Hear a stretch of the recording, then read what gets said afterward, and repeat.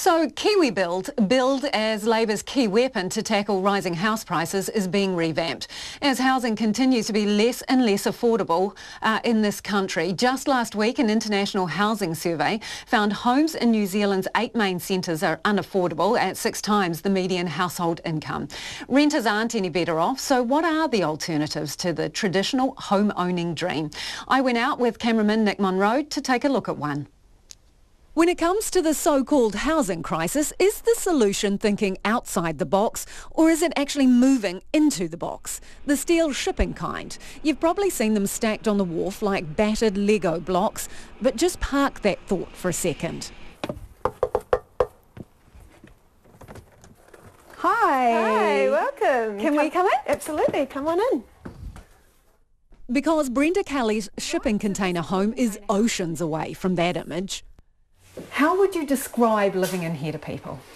Modern, functional, comfortable, everything you could want in a house. I've loved it.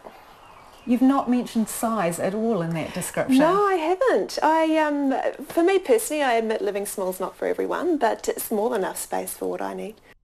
The design she developed is L-shaped, one 40-foot container with the kitchen, lounge, bathroom and main bedroom.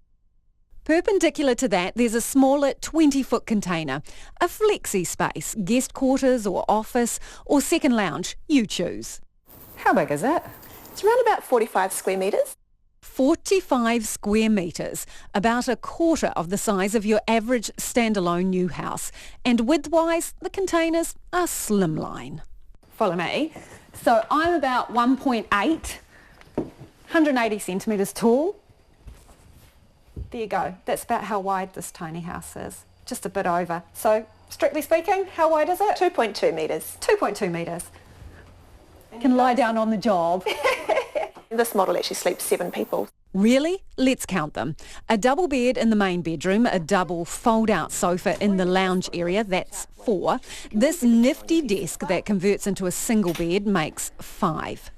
So when you've got the grandkids coming over or your visitors, you can sleep one there and then behind. Hidden in the wall is a queen-size bed. Pull it down and the second sofa retracts into the same wall. Grand total, 7 sleeping spots. So this is really the true test of whether you like the people you live with or not, isn't it? It is, yes. How long do you reckon you could stay in here with that many people? Me personally, not too long. It would be more the party or whatever.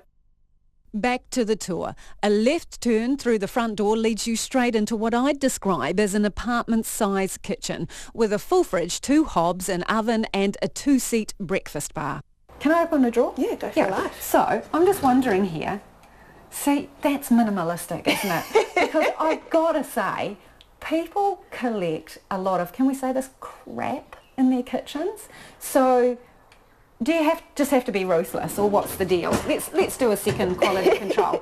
Yeah, you know, my drawers do not look like that. Okay, come on out. Double doors open out onto a 30 square metre deck. It makes the container setup feel way bigger. Wander up the hallway and it's narrowish, and the bathroom's off to the left. That's pretty reasonable size. It's not like you're sitting on the loo with your knees up against the wall opposite. That's right, yeah.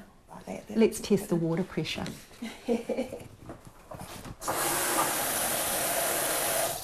And where's that water coming from? So the water for that sink is coming from the mains. The water for the toilet is coming from our 1,000-litre water tank, which is rainwater from the roof. Outside is an eco-tank. Tiger worms munch their way through the waste. Inside, at the end of the hall, is the main bedroom.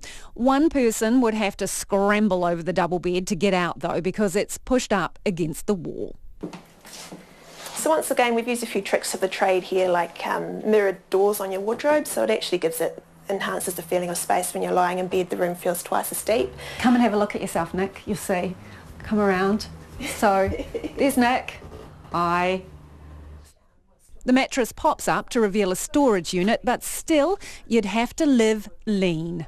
So where's a girl supposed to put all her news journalist, sensible blazers? I'm the first to admit tiny home living isn't for everybody. So you have a good litmus test. If you can't survive without 7 pairs of shoes, then tiny and small living's probably not for you. The wardrobes are empty now because Brenda's moved out after 2 years. She's going to road test another container design that's only 20 square metres all up. There is a dirty secret to small house living, which is off-site storage, right? I have heard that, yes. Okay, so hand on heart, you didn't have off-site storage when you lived in this property? I do not. I have a garden shed, and I'll tell you the truth, my dad insisted I needed a garden shed. I didn't actually want one because I knew the second I had one I would fill it, and sure enough that's what's happened. Before I lived here I lived in 10 square metres, and before I lived in that I had a 3-bedroom home. 10 square metres, that is a whole other story. 10 square metres. Yeah, yeah. Everybody's got cupboards that are full. If you have the space, you fill it. To buy a 40-foot 1-bed shipping container with kitchen and bathroom is about $109,000. The smaller 20-foot add-on is just over $40,000. On top of that are consent fees, delivery and site works. And financing can be difficult to get for prefabricated houses. I'm the first to admit, I'm the first one to tell clients if they're seeking a container home thinking it's a low-cost option, they need a little bit of a reality check. Our homes feature lights with solar panel rainwater harvesting as standard, so we're actually aiming for a high-quality eco fit-out. Then there is, of course, the land, potentially the single biggest cost, but that's where Brenda Kelly thinks the containers come into their own. They're suitable for sites that traditional construction often would prove cost prohibitive. So sloping sites, for example, where to try and level something out and put a concrete pad on and retaining and whatnot, it's going to add significantly to your costs. Because it are designed for timber pile foundations, they become quite an affordable option for those sorts of sites.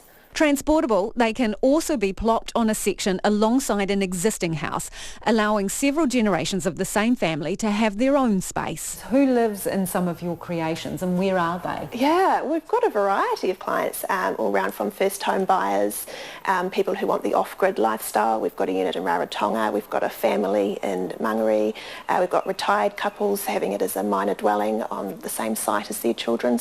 Tucked at the end of the container is its engine room. And in here is where we've got the 1,000-litre water tank. We've got the gas cylinder. We've got our solar inverter and whatnot. And for clients who want to go off grid, this is where their battery bank would also sit. These container homes can go totally off-grid. This one is hooked up to the power supply but has solar panels. And Brenda says it's been cost neutral for power. So, only one thing left to check before we go. No cats to swing, but what about a stuffed dog? I noticed something when we came in, which it's not a cat, but it's close enough to. It's a little stuffed dog. So, let's do an experiment. You right, Nick? Yeah. You can swing a dog in here.